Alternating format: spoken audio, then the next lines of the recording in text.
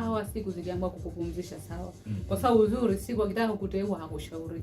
Kuna siku anaamua kukupumzisha, pia usiulize kwa nini au kwa nini hakunirejesha, kwa nini hakubadilisha. Mimi siku zote nasema kwenye siasa unagombea nafasi ya kiti ambacho umegombea.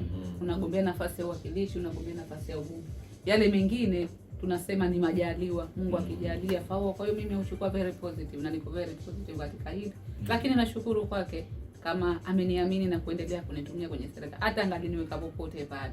Hata kama anganirejesha, ni heshima kubwa kupata heshima hii kwake, ambao ni maamuzi yake kama mwenye mamlaka na ambaye amepewa nguvu na wananchi ya kuamua kwa niaba yao.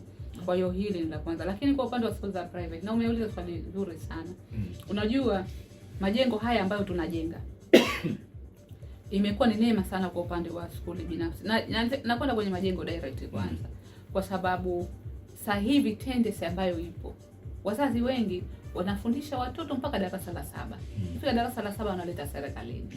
Maana yake tunawapa fursa ya sekta binafsi, shule za private kuchukua wanafunzi wengi zaidi, kwa sababu tunawapunguzia mzigo wale wanakuja serikalini. Na ndio maana unakuta inabidi tujenge enrollment ya wanafunzi mara hii sekondari imeongezeka kwa 22%.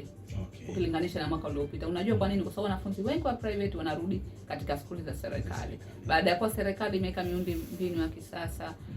Zamani alikuwa kutoka matukio tunaangalia tu shule binafsi, tunajua shule za serikali hazifanya vizuri. Mara nyingi ilikuwa hivyo. Lakini sasa hivi unauliza Hasoma kama vipi? Unauliza tumekuja vipi? Unauliza Kasro vipi? Unauliza Lumumba vipi? Yaani kuna shule ambazo tumeshaia na zinakimbizana na hizo shule ambazo ni za private. Lakini ndani ya siku 100 hizi tumetoa mafunzo kwa walimu katika utekelezaji wa mtaala mpya. Mafunzo haya tumetrain walimu wa serikali, tumetrain na walimu wa shule binafsi wote bila kubagua.